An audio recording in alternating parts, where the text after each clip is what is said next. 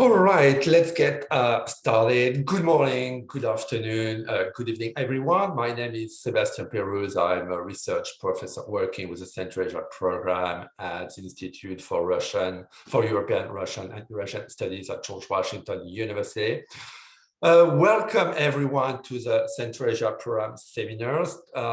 Today, I'm extremely happy to welcome Dr. Zenel Garcia. Zenel is an associate professor of security studies in the Department of National Security and Strategy at the U.S. Army War College. His research focuses on the intersection of international relations theory, security, and geopolitics in the Indo-Pacific and Eurasia. Zenel is the author of two books. The first one was entitled China's Military Modernization, Japan's Normalization, and the South China Sea Territorial Disputes, which was published in 2019 by Pelgrave Macmillan. And Zenel published recently, last year, a second book, China's Western Frontier and Eurasia, the Politics of State and Region Building, and on which actually Zenel's presentation will be based today. Zenel indeed is going to address Central Asia as a pivot in China's Belt Road Initiative. This is, of course, an extremely relevant topic, given the increasing impact of China in Central Asia since 2000s. And China's influence in Central Asia is likely to grow even more with BRI. And also, while we often address, I would say, particularly in our Central Asia program, the perception of China from Central Asian states, I would say that among the many extremely interesting points addressed in Zenel's books, it's really interesting to see how he puts into perspective China's perception of Central Asia and Central Asia's role in Chinese politics. So I'm going to give the floor to Zenel. After Zenel's presentation, we will have a Q&A session with the audience. So please feel free to send your question in the chat box. So Zenel, thank you so much for being with us today, and the floor is yours. Thank you, Dr. Peruz and the Central Asia program for inviting me to this talk today. I'm looking forward to your questions later. Let me share my screen first, and so I can get started.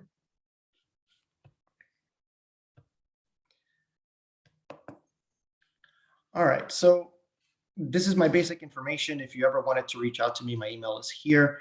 And as employee in the U.S. Army War College, this is my disclaimer, basically, that everything I'm going to talk about today are my own views, and they don't reflect those of the Department of the Army, Defense, and the U.S. government.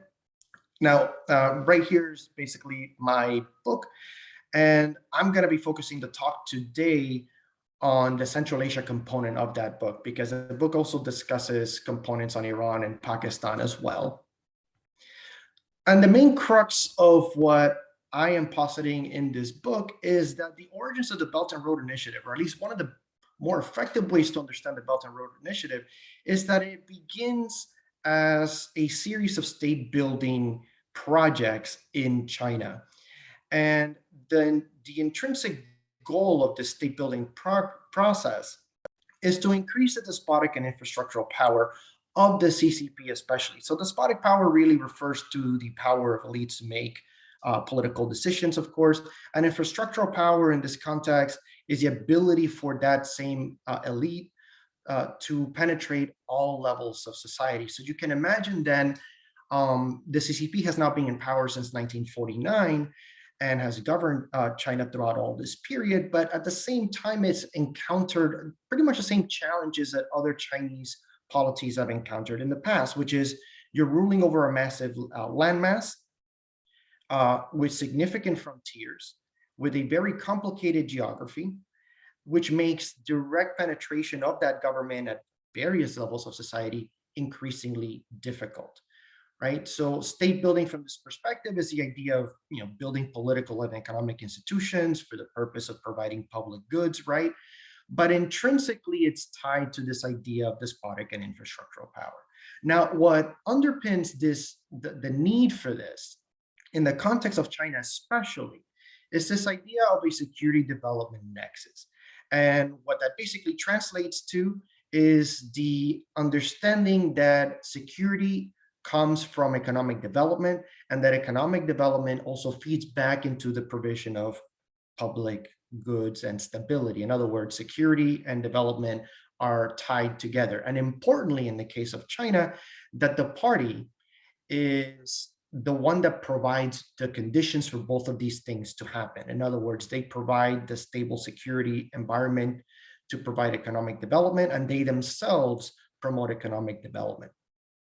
Now, what I am making the argument for here is that if you look at the Belt and Road Initiative and the infrastructure that is predicated upon, the local knowledge that is predicated upon, it pretty much points to the fact that it originates in localized initiatives, provincial initiatives from the early 1990s. And there's two particular provinces that really matter in this context. Xinjiang and Yunnan are the two main ones, precisely because out of the 6 overland economic corridors, 5 of them originate from both of these.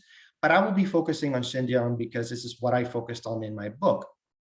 In the case of Xinjiang, the double opening strategy from the 1990s really becomes the foundation for what now is the new Eurasian land bridge, the China-Central Asia, West Asia economic corridor, and the China-Pakistan economic corridor, right? So in this case, Xinjiang becomes a hub that connects the interior of China to Eurasian markets and supply chains. What's interesting then is that what this initiative accomplishes or fails to accomplish during the 1990s becomes incorporated into the Great Western Development Strategy, or the Go West strategy, that emerges in the early 2000s. In other words, by the early 2000s, the CCP has gone through a decade in which they can essentially look and see what successes have occurred with the double opening strategy in Xinjiang and what failures have occurred.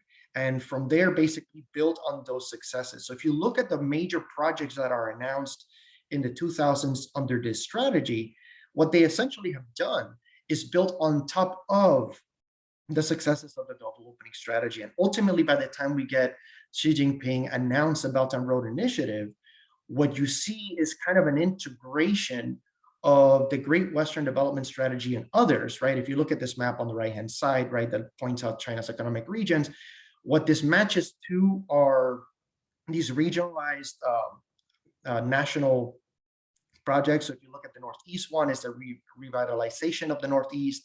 The green in the center is the rise of central China.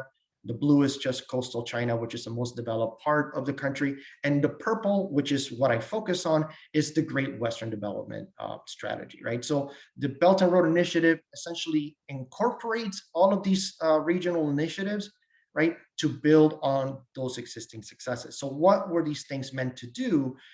Importantly, integrate frontier regions to the rest of China. This is a question of governance and the ability of the CCP to actually exercise power, and incorporating these frontier regions to the economic, political, and social center of China, so to speak.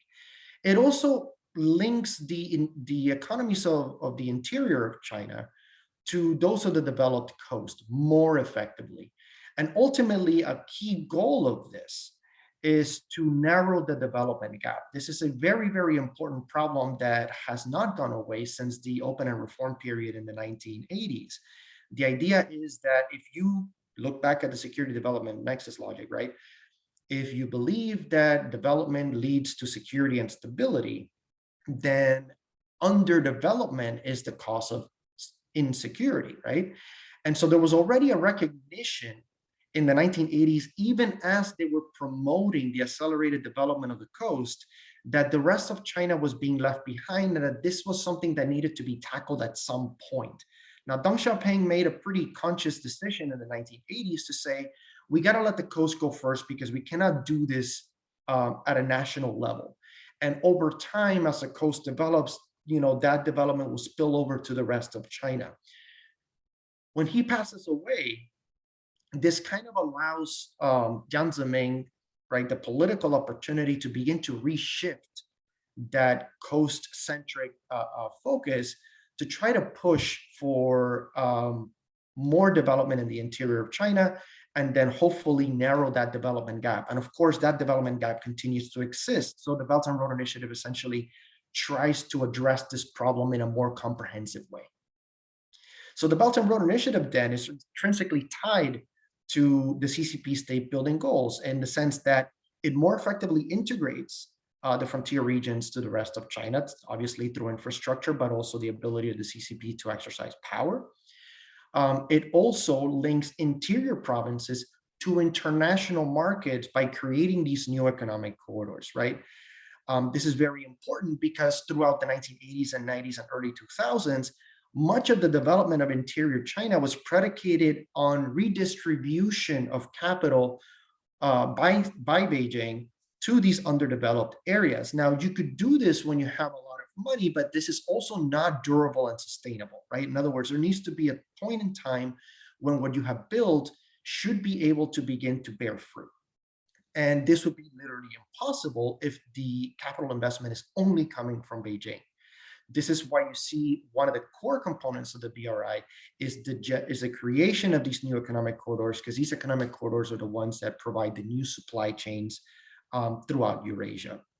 And ultimately, another important thing that it does, right, to make these more durable is securing access to new markets for Chinese goods, right? So if you are able to secure new markets in Eurasia, then that means that interior provinces can sell their products there. An important component of the Belt and Road Initiative that truly separates it from the other two, right, even though it builds off from those two processes, is that there was a significant reinterpretation of the security development nexus. So what that meant was, in the original interpretation, it was that security and development are tied, but as far as the CCP understood it, this was entirely a domestic dynamic. That meant that, if you wanted to stabilize Xinjiang or whatever other part of China, then you bring economic development, and that economic development should then ostensibly provide social stability. What they quickly realized over these couple of decades was that this could only really work and be sustainable if there was stability and economic development in adjacent countries. And so the reinterpretation of that security development nexus now meant that the stability and security of the interior of China was going to be predicated on the security and stability of adjacent countries. This is very important because the nature of Chinese investment, especially in the 90s and early 2000s, was focused on hydrocarbon and mineral extraction.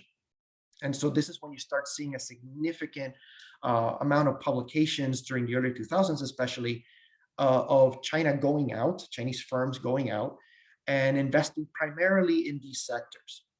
So what is the change now? The change now becomes on three core components, which is generation of energy in local economies where China is investing, the promotion of local industrialization, and connectivity that links all of these things.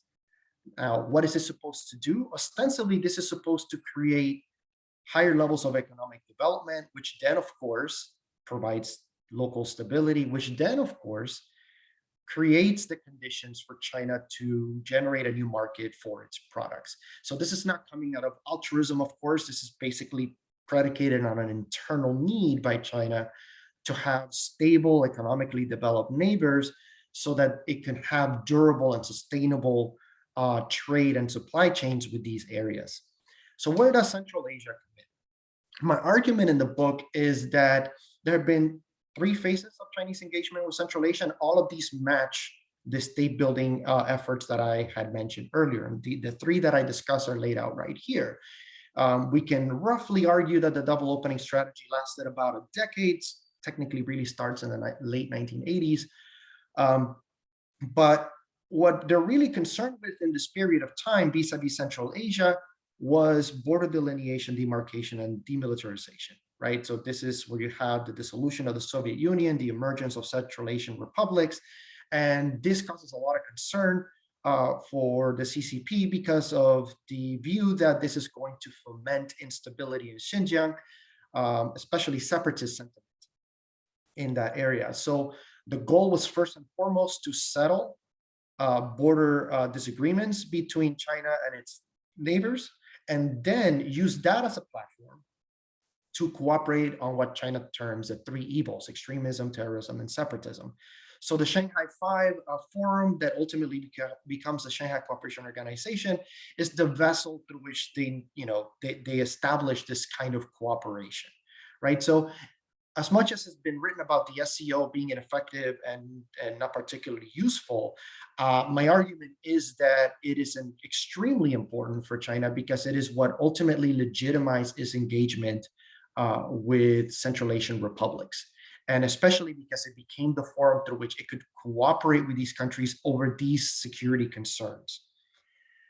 During the next phase of state building, you now see a shift in what drives that engagement with Central Asia, which the first one is energy security. This is when Hu Jintao begins to talk about the Malacca dilemma, where China is overly reliant on sea lanes of communications for its hydrocarbon imports.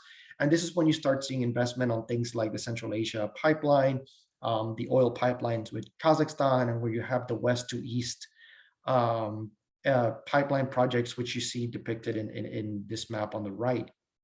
And of course, continued cooperation in those three evils. So by the time we get the Belt and Road Initiative, again, then the logic driving the engagement with Central Asia shifts yet again. And I should say that all of these things are not mutually exclusive. Each stage of engagement builds on the former one.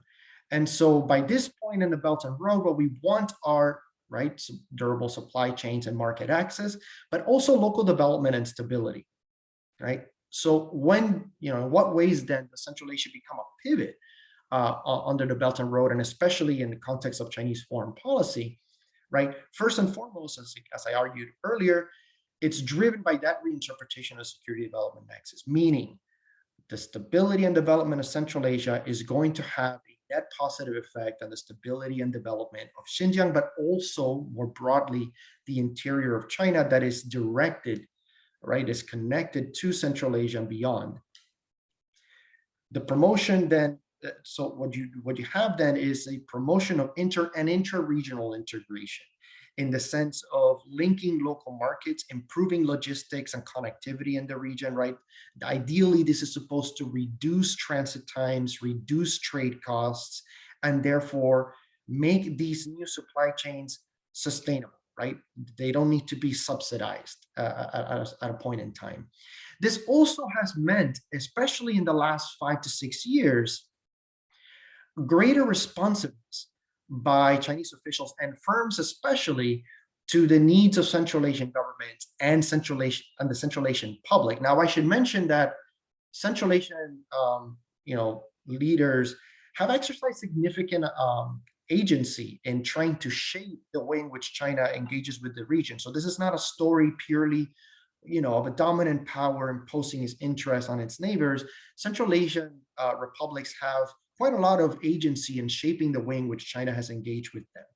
And so when I mentioned the idea of Chinese officials becoming more responsive or Chinese firms becoming more responsive to Central Asian governments and the public, a lot of this has been kind of co-constitutive, right? It's an ongoing relationship between the two. But what does this look like in practice? It means that Chinese firms have become more responsive to calls for what they term social responsibility. What does that mean?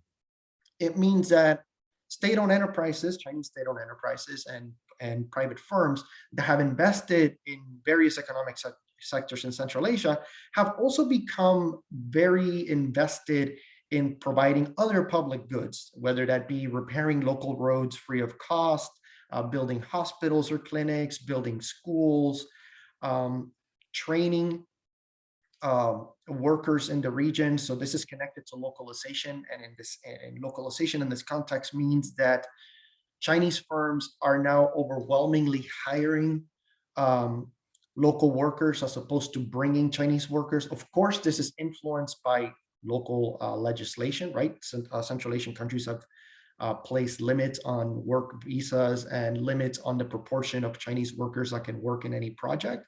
But also there's a drive within these firms to do this in the first place because they're concerned about local backlash. And so that's one thing, which is basically hiring more local workers. But beyond that, investing in the training of these workers so that they can be promoted to higher levels within these firms.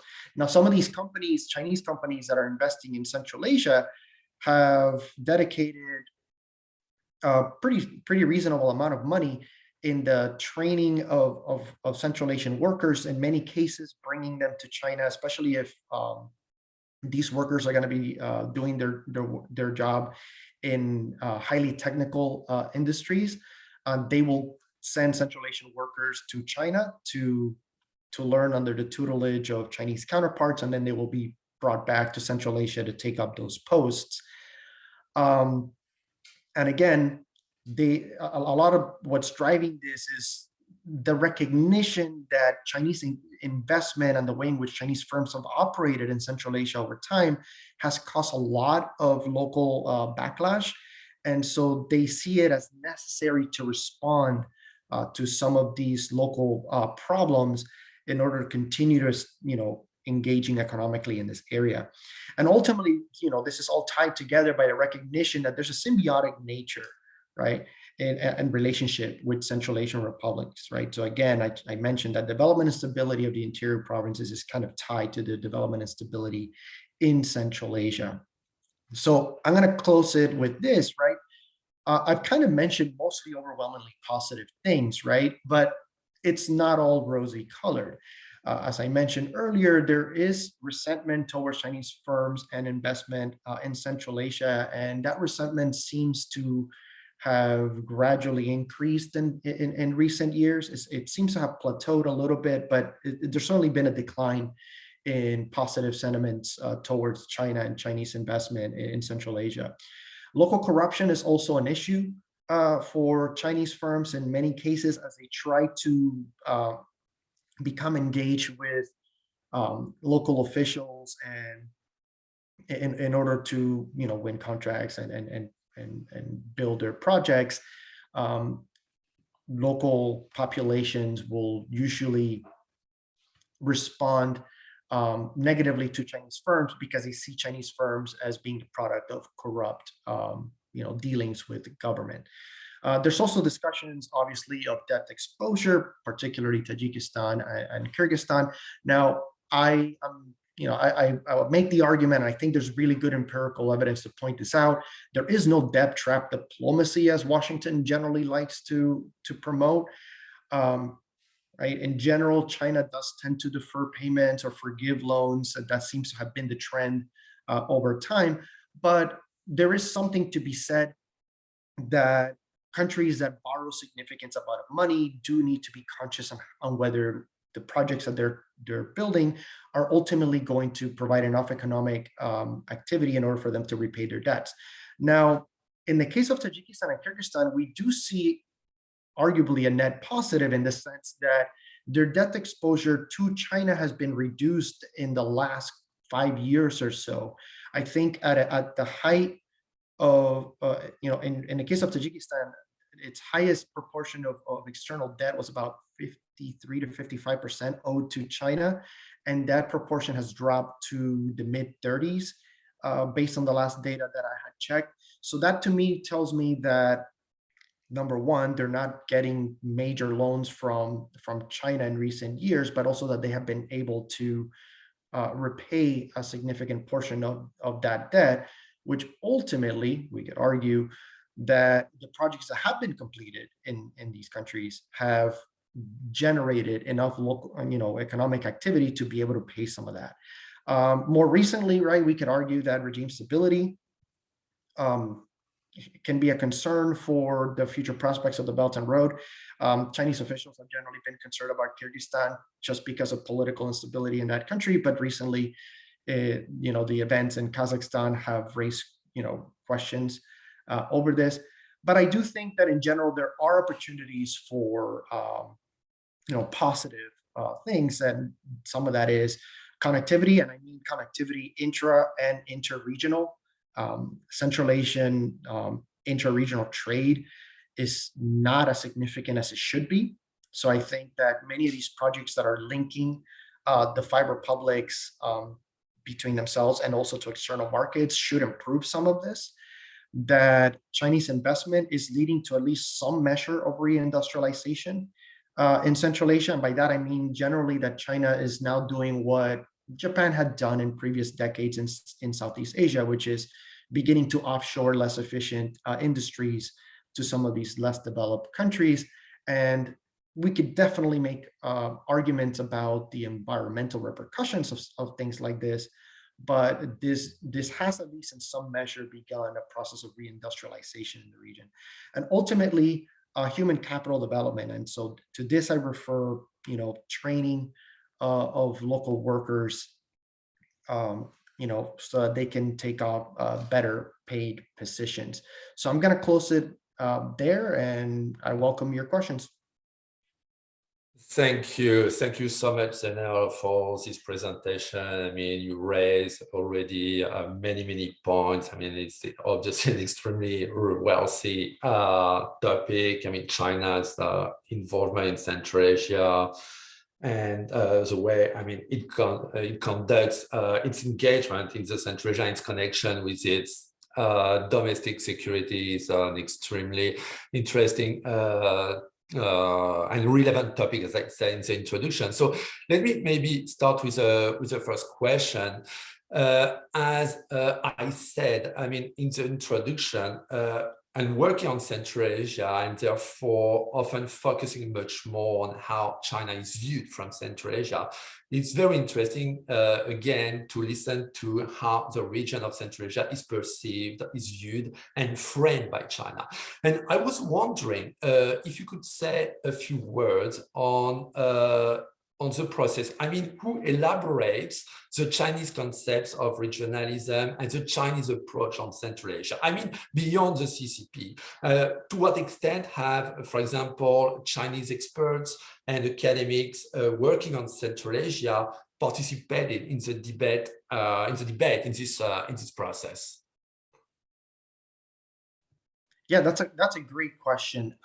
So beyond the CCP, there are several other actors that I think are important. I think Nadine Goldhardt in Germany, I forgot where she is in Germany right now, but she wrote an excellent book in which she interviewed Chinese scholars and think tanks and business leaders.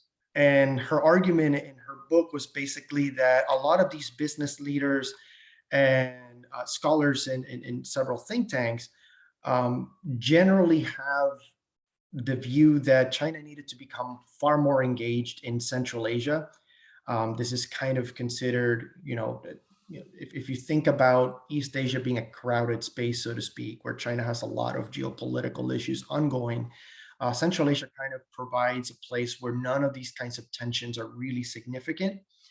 And that for China to ignore this space was basically not an effective policy moving forward. In other words, it needed to actually have a coherent policy vis-a-vis Central Asia, because they considered it to be crucial to the development and security of the country. So these scholars have published in Chinese journals and media to kind of make this case. I think, at least for us in the West, the most vocal of these was Wang Yisi. He wrote, an article almost a decade ago now about China should go west. It should have a strategy for its western flank, and a lot of that, he argued, should be predicated on economic development. And so I would argue that academics and think tanks and business leaders especially have an interest to be engaged in Central Asia. And I would argue that because many of them are party members themselves, right, that they do have a voice in shaping, official views in this. Sorry, thank you very much, Zenel. Next question would be, can it be said that the BRI scheme was on the minds of the Chinese leaders already at the turn of 1978, or only much later into the 2000s, or even only in the 2010? So I think the notion of, a Eurasian land bridge has existed for several decades. And you do see it at, if you look at party publications from the 70s and 80s, you will find it, in the sense that, especially from Xinjiang local leaders, right? So, the provincial governors have gone on record, right, during the 1970s and 80s, basically saying that they should be positioning Xinjiang as the gateway to the Eurasian land bridge. So that notion has been there for some time. And the argument that I was making in my book is that the Belt and Road is not inherently new, because what it's done is built on the foundations of projects that come before it. What's changed, of course, is a measure of coherence and magnitude, right? Where this used to be several fragmented provincial-led projects become wider when they get encapsulated as regional projects within China, and ultimately a national one. So in the Belt and Road Initiative, right, we think of it here in the US especially as purely a foreign policy component of China's engagement with the world. Most of the analysis tends to focus on the geopolitical aspects of it, perhaps geoeconomic. And my argument is that the way that we've seen the Belt and Road Initiative emerge, and who actually has the expertise to actually implement it, it's a lot more complicated picture. What I mean by that is, there's no way the Belt and Road Initiative works if there's no infrastructure already there and local elite linkages, right, with the expertise to establish those partnerships to make it move forward. So in this case, when I argued in the beginning that provincial leaders in Xinjiang and Yunnan were critical to this, what I mean is that these people have already been interacting with their counterparts across the border for many, many years. And these are the people then that can inform, right, central authorities on what is going to be the most effective way to engage with these regions. My critique of this over focus on the geopolitical components of the Belt and Road is that even when you have a central document, right, if you think about the Belt and Road vision documents from 2015 and then the updated one in 2017, I want to say, these are still broad enough that by the time it goes into the implementation process, the implementation varies, to the point that every single economic corridor that's on those documents looks very different on paper. And there are various stages of development precisely because of that. And because provinces are still competing over who's winning contracts across the border. So you may have, national state-owned enterprises who are winning the big projects, but you do have a significant amount of private firms and provincial level enterprises that are competing with each other over winning contracts for middle and lower level projects. So in the case of Central Asia, for example, you see competition between Xinjiang enterprises, Gansu enterprises, and even as far in the interior as Guizhou, which is closer to the East Coast than it is to the West. Thank you, Zeynel. Next question is, could you elaborate on the change of the Chinese notion of the security development nexus? When, how, and why did it change? And was it just that it internationalized or moved further west, or has Xi Jinping also changed the weighting of or causal directions of development versus security? That's a great question. And at least as far as my findings were concerned, you start seeing that shift by the end of the decade of, the first decade of the 2000s. And the primary drivers to that was the fact that now you've had several initiatives trying to generate economic development in the interior of China. and individual provincial efforts to attract foreign direct investment. But the level of foreign direct investment that was going into the interior of China was paltry. Because if you're a foreign firm, what is your incentive to invest in Gansu province or Sichuan or Xinjiang when you can just invest in Guangdong province, where there's already human capital, there's an infrastructure there, right? There's ports, and you could link these directly to your intended markets. The problem that the CCP saw was that their efforts to attract FDI wasn't coming. There was a continued brain drain from the interior provinces to the coast, and that the amount of money that was being put into these major projects into the interior, although they could continue to do this, was not sustainable. And so the only way this made sense then was that they needed to then focus on immediately adjacent countries to see if there were potential markets there. And to see, in other words, Central Asia could not just be, a crossroads where you try to reach Europe or the Middle East from. There needed to be something there too, right?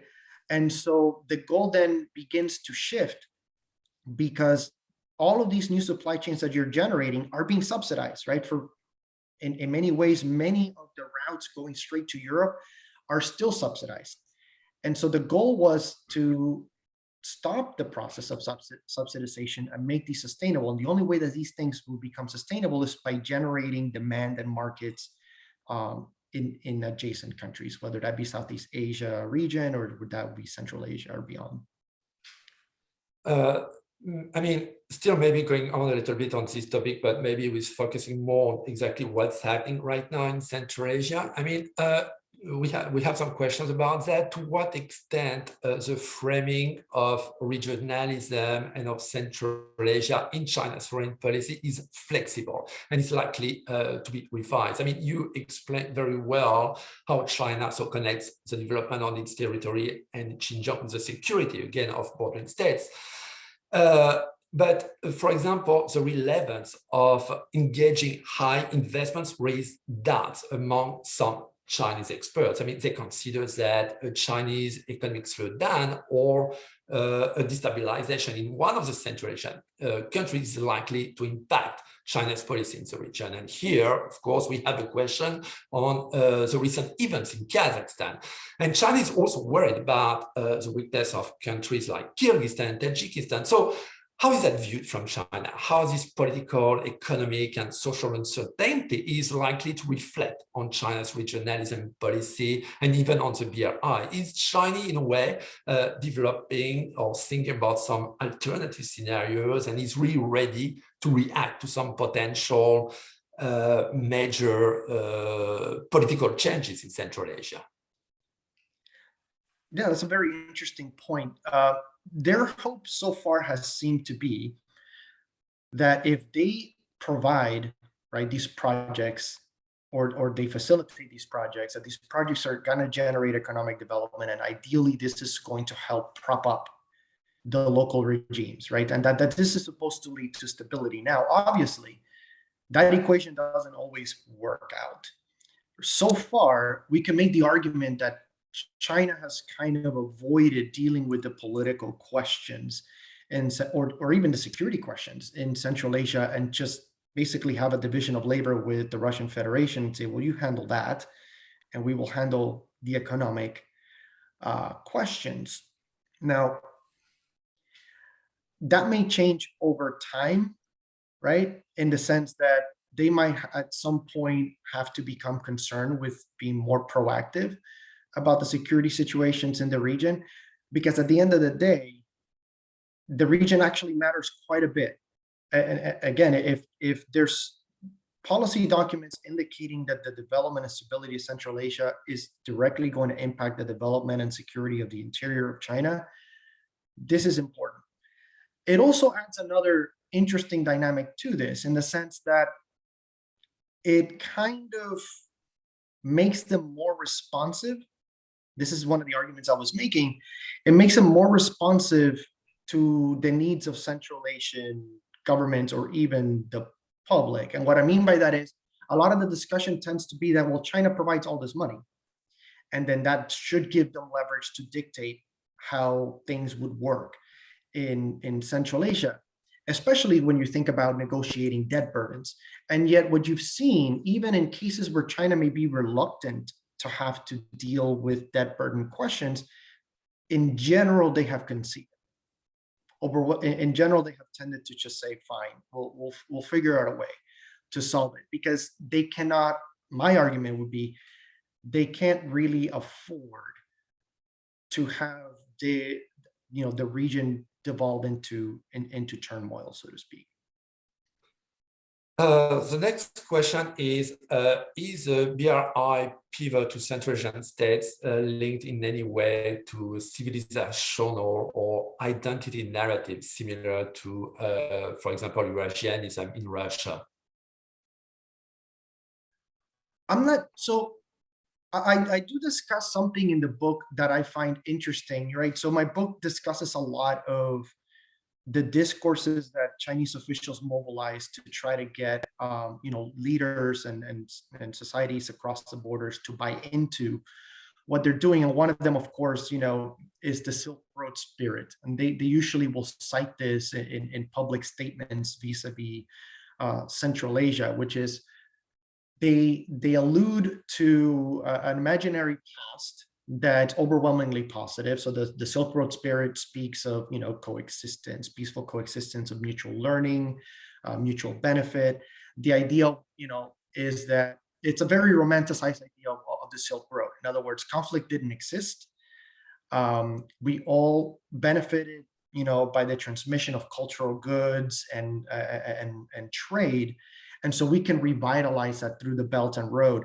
So to the extent that it is cultural and historical, I would argue that right now it's basically a discourse that is instrumentally useful for the CCP to mobilize. But I'm not sure that, at least not that I'm aware of, I'm not sure that there really is a very serious cultural or civilizational argument, right, within the CCP to push westward. What is the place of Afghanistan in Chinese policy of regionalism? I mean, is Beijing integrating Afghanistan in its Central Asian policy? Well, especially now after the Taliban took over in the country. So yes, what is the place of Afghanistan? Is this regionalism policy? I did not do that one at all in the book, but it's something, of course, that I've tried to keep track of. I think right now they're really in wait and see mode. I mean, they've invested while the United States was there, but even the investment that they put in was limited, and the projects in which they invested in were marred by problems that continue to plague Afghanistan, which is security and stability problems. Now, the perk for China in this case is that the shared border with Afghanistan is relatively small. And so they could do what they have done in the 1990s, for example. They just shut down the border entirely and just militarize it. And so far, they don't seem to have gone in that direction. I would argue that it is very important to them because of the effects that instability in Afghanistan can have in Central Asia, and could potentially spill over into Xinjiang or Pakistan itself, right? But right now, I don't think there is a coherent policy for dealing with Afghanistan other than if there is governance stability there, then we'll invest. In other words, they're not squeamish about who they will work with in order to establish those linkages. We also have questions about the impact of other actors. I mean, China is obviously a major actor in Central Asia, but it's not the only one. And there are other very important actors and regional organizations. So what is Beijing's narrative on its policy overlap and on the BRI overlap with other actors and organizations? And we have, of course, questions especially about Russia and the Eurasian Economic Union. So how all of that how other countries or international organization or regional organization affect Beijing's regionalism policy? Yeah, I think right now their biggest focus is the Russian Federation and its own initiative. So from Beijing's perspective, their desire is that the Belt and Road and the Eurasian Economic Union would not be mutually exclusive, that there will be a way in which these two initiatives could be linked so that they could be mutually beneficial. Xi Jinping and Putin have publicly spoken about this, but there hasn't been really a significant movement towards linking either of these initiatives together. But at least as far as the rhetoric coming out of Beijing, the hope is that they can work with the Russian Federation and the initiatives it has promoted so that these don't become mutually exclusive, so that they can work together. As far as other efforts, right? If you think about the United States, I mean, the United States is not really all that engaged, at least not to the magnitude that China or Russia is. China's not particularly a fan of US engagement in that region. They've been very public about that for quite some time, actually. As far as the EU is concerned, and some of its investment and projects in the region, I've not seen anything out of Beijing that sees it as problematic. And I think a lot of that has to do with the nature of projects that the EU has been involved with don't necessarily compete or undermine what China's doing there yet. We have a question on ethnic minorities, and of course, especially on Uyghurs. And the question is, do you think there will still continue to be levers used by China to ensure the return of Uyghurs from Central Asian countries as a condition of aid and cooperation? I think that, at least from my interpretation of things, is that they have no choice other than to continue to be engaged and to continue to at least provide a measurement of economic stability. I mean, if you recall, I think it was 2015 when oil prices kind of, tanked. China was pretty quick in providing loans to Kazakhstan in order to kind of like prop up some of the shortfalls economically in the country. Again, they're trying to offset potential stability. So I think at this point, it's a very bizarre situation in which I don't want to say they're captured, but certainly they can't ignore economic instability in the region, because they do see it as fundamentally beneficial for them to have stability there in that regard. And in the grand scheme of things, if you really look at the level of investment that China has put into the region, I would say is very sizable for the proportion, the populational proportion of Central Asia compared to the amount of money that China puts in other regions. So I think it really reflects how important the region has become. So the figure that I'm familiar with, for example, right, we know that Aid Data database has tracked about $900 billion of Chinese investment through the Belt and Road Initiative. And the CADGAT database indicates that China has invested about $160 billion or so in Central Asia. So if you really take those figures into perspective, that's significant for an area whose population really is not proportional to, let's say, Southeast Asia, which is a much larger market, right? And so to me, that kind of indicates just how important the space has really become. Thank you. And so we have questions also about how, of course, Central Asian countries and Central Asian people are reacting to this Chinese presence, to this Chinese engagement. China and its impact, of course, raised many discussions in Central Asia. So one of the questions is, could you clarify a little bit about how resentment towards Chinese enterprises could be formed in Central Asia? And maybe, going beyond that, China is often viewed positively by the investments, I mean, its contribution to the economy and the development of transport infrastructures. I mean, China brings many jobs, opportunities for Central Asian people. On the other hand, there are also negative reactions. I mean, China inspires a feeling of fear by its demographic, military, economic power, by its possible political influence. And we have seen, I mean, anti-Chinese demonstrations in the region, especially in Kazakhstan and Kyrgyzstan as last year. And well, Beijing is obviously aware of that, and it has implemented a soft power policy. And you mentioned that actually in your book. You talk about the Confucius Institute, which are one of the pillars of Chinese soft power policy. And yet, the impact of this soft power, of Chinese soft power, is often disputed. I mean, Central Asia, but not only. I mean, this has been very well shown, for example, by Professor David Chambaud in his books, demonstrates very well the so far relatively weak impact of Chinese soft power. So what is China's narrative on the impact on its own soft power policy? Does China consider this impact to be limited? Does it contest it? Are the Chinese authorities trying to develop new strategies to strengthen their soft power? Yeah, I think that's probably one of the messiest areas vis-a-vis China's foreign policy, this idea of how to generate soft power. So let me tackle two parts of that question. As far as perceptions of Chinese and investment and presence in Central Asia, it's definitely a very mixed picture, right? So there's definitely resentment in the sense that local, I'll give you some examples. Interviews with local populations in Kyrgyzstan, for example, will indicate that even though Chinese companies pay relatively well, because of corruption, many times they have to buy their way into employment in some of those companies, right?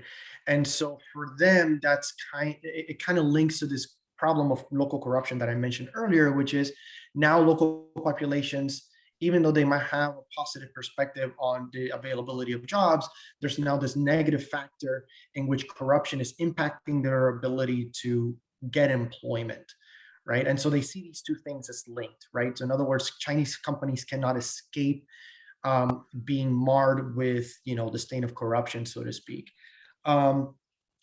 In previous years, the main critique that was coming out by local, civil society groups in Central Asia was the fact that China was bringing an overwhelming amount of Chinese workers at the expense of hiring local workers. And clearly that has shifted in recent years.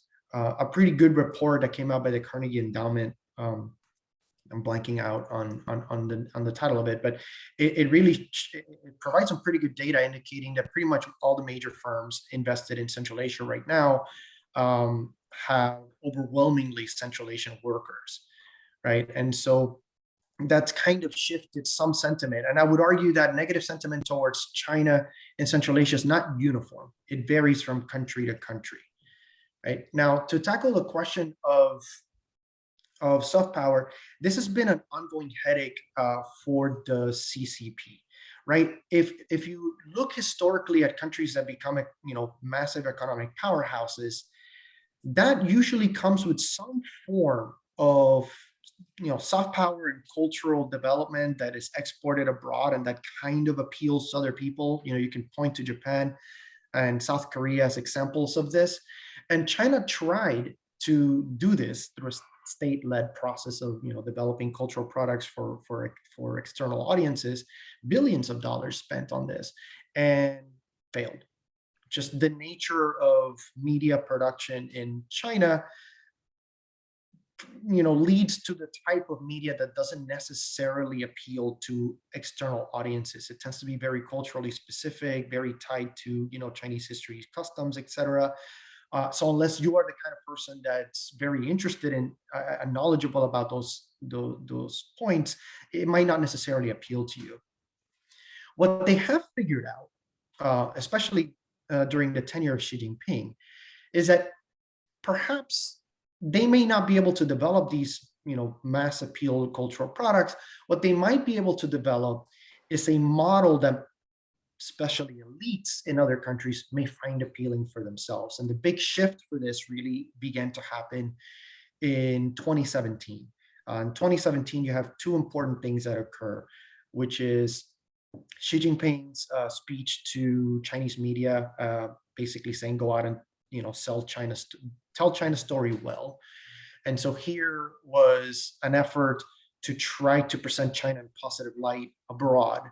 The second component is that the International Liaison Department, which historically had focused on just linking the Chinese Communist Party with other communist parties around the world, significantly shifted its focus to engaging pretty much every party from across the political spectrum in every country that they could be engaged in, and began hosting conferences in China to invite political parties from around the world for workshops on governance. And the idea was to kind of present the successes of the CCP to these parties and think tank scholars that were being invited, right, as something that they could take back to their country. So it's a more narrower conception of ideational power, in a sense that it's really only trying to appeal to elites in other countries rather than broad mass appeal.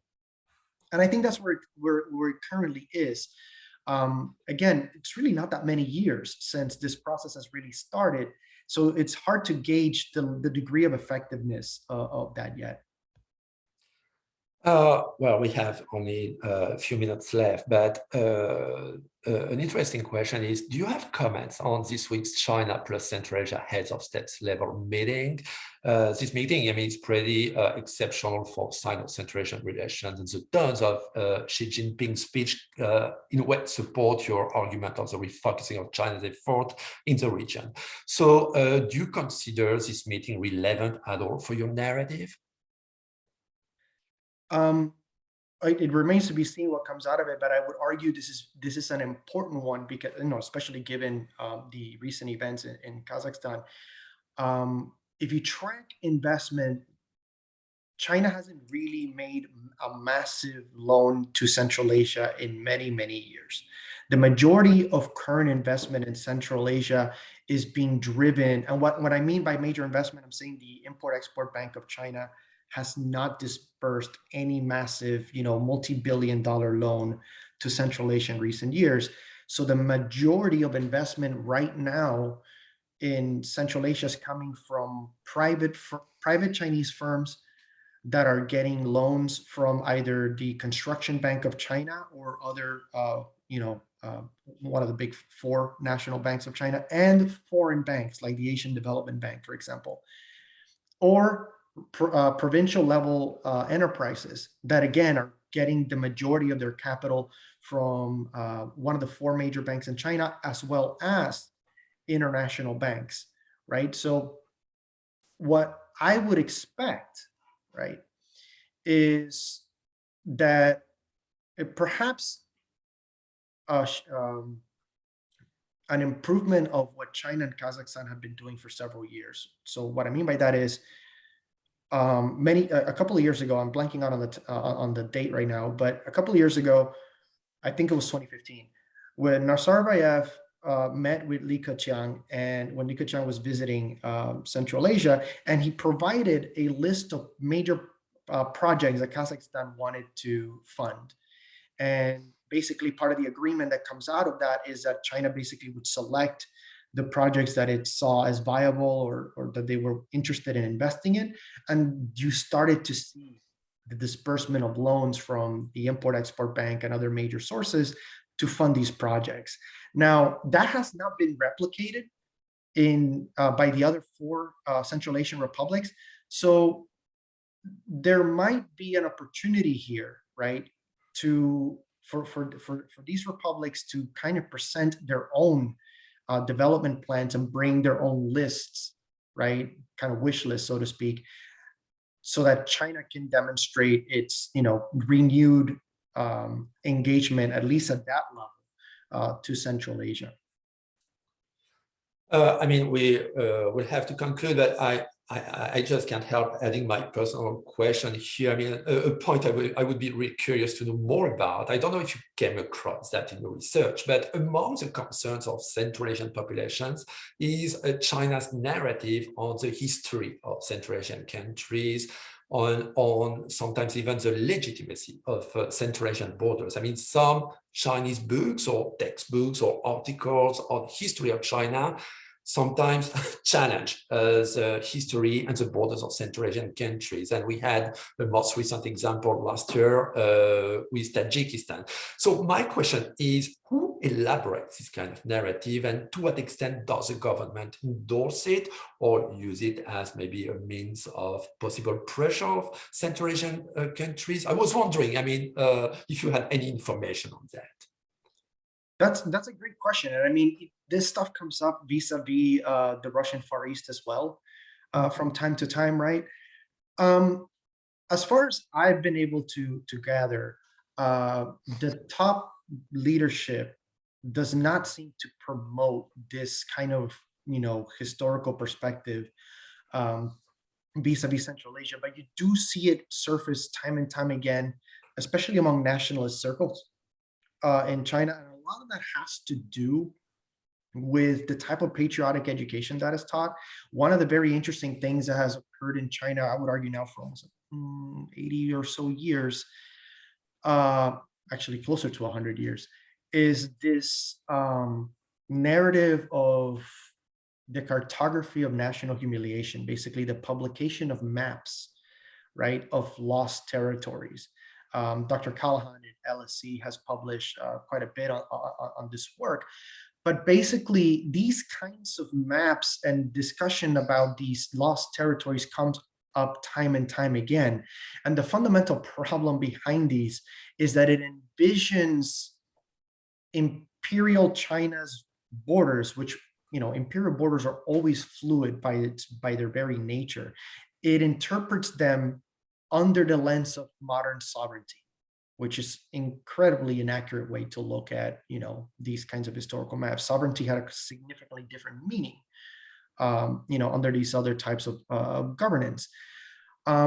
They do appear in popular media and, social media and things like that.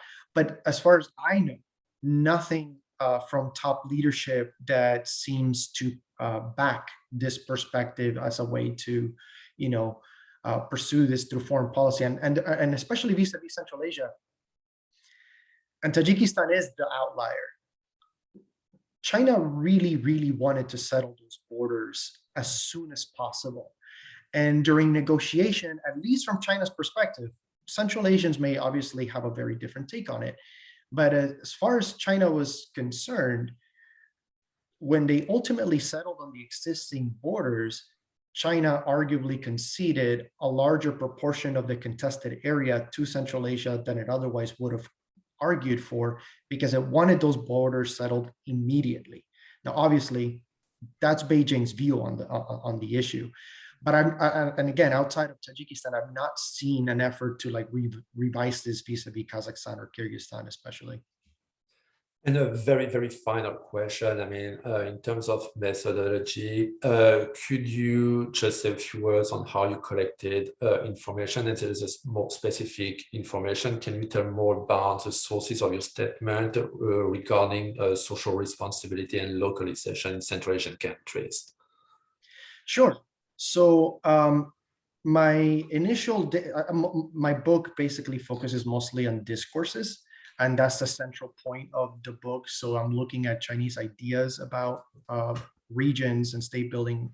So for that component, I basically rely predominantly on government documents and publications from provincial level all the way up to central level.